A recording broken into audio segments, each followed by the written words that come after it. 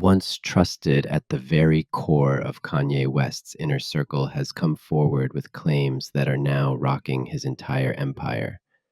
Her lawsuit accuses him of everything from inappropriate advances to disturbing acts of control and even trafficking.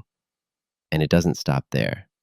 The story brings in another controversial figure, Diddy, with connections that raise serious questions about what's really been going on behind the scenes of some of the biggest names in music. These aren't just rumors. These are claims filed in court. And if they're even partly true, they expose a world most fans could never have imagined. Section 1. Who is Lauren Pisciotta? Before the lawsuits and headlines, Lauren Pisciotta was a rising figure in the world of online adult content. She had built a massive following and a business on platforms that let creators take control of their image.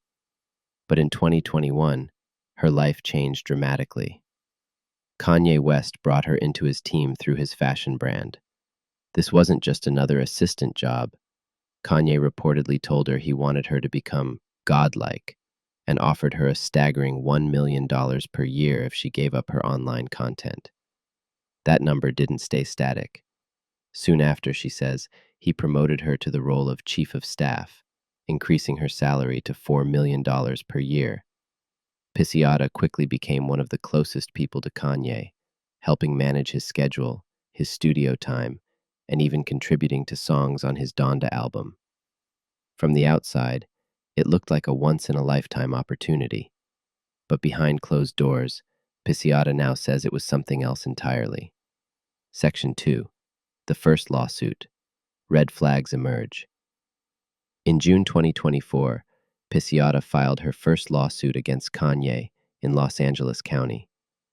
According to the legal documents, she alleged that Kanye had sent her disturbing messages and videos, harassed her, and ultimately fired her after she stood her ground.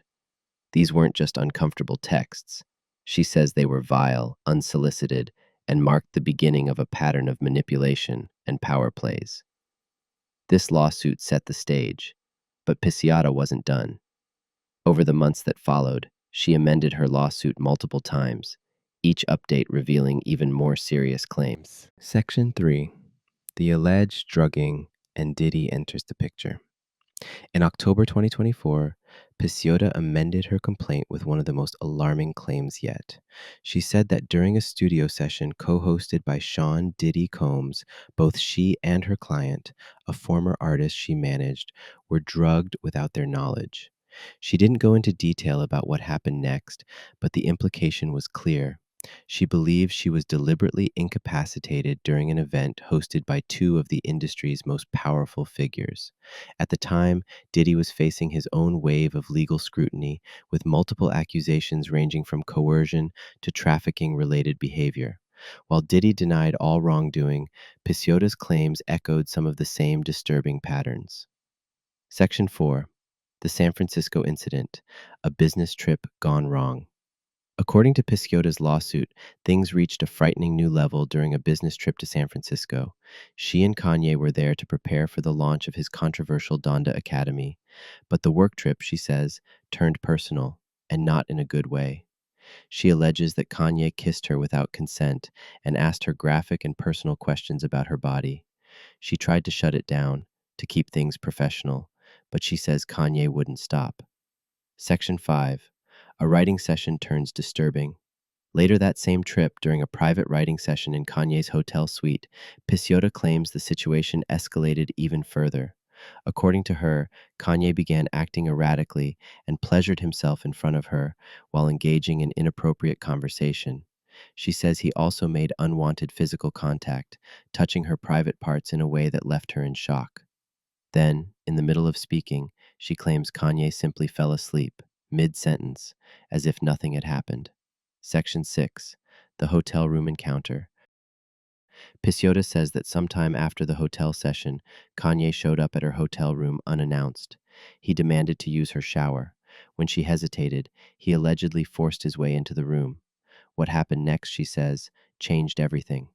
According to her legal filing, Kanye pushed her onto the bed, pinned her down, and allegedly forced her to engage in an unwanted intimate oral act.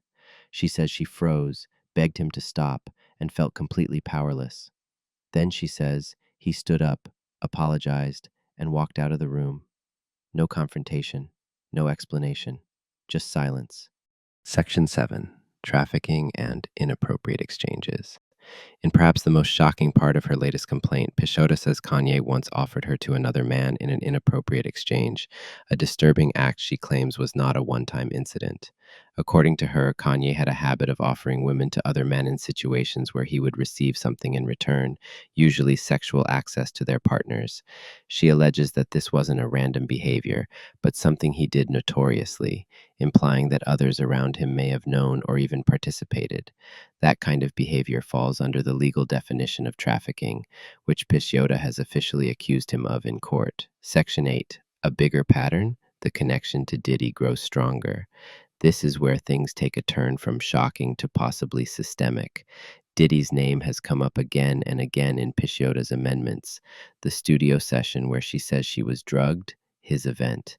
The behavior she describes, coercion, exploitation, control, mirrors accusations made against Diddy by other women. Diddy has denied these claims. So has Kanye. But Pisciotta's allegations, backed by official legal filings, raise serious questions about how deep these patterns go and how many people may have been involved or aware. Conclusion: what now? As of today, these allegations remain part of an active civil lawsuit. Kanye West has not been charged criminally, and both he and Diddy continue to deny any wrongdoing. But Pisciotta's story, laid out in multiple legal filings, has added an entirely new layer to the ongoing conversation about abuse, power, and accountability in the entertainment industry. Whether the courts decide in her favor or not, one thing is certain: this case has opened the door to a side of celebrity that few ever see, and even fewer are willing to speak out against. So the real question now isn't just what happens to Kanye, but whether more people will come forward, whether this is the beginning of a much larger reckoning. Because if these allegations are true, even in part, the real story may be much bigger than anyone thought.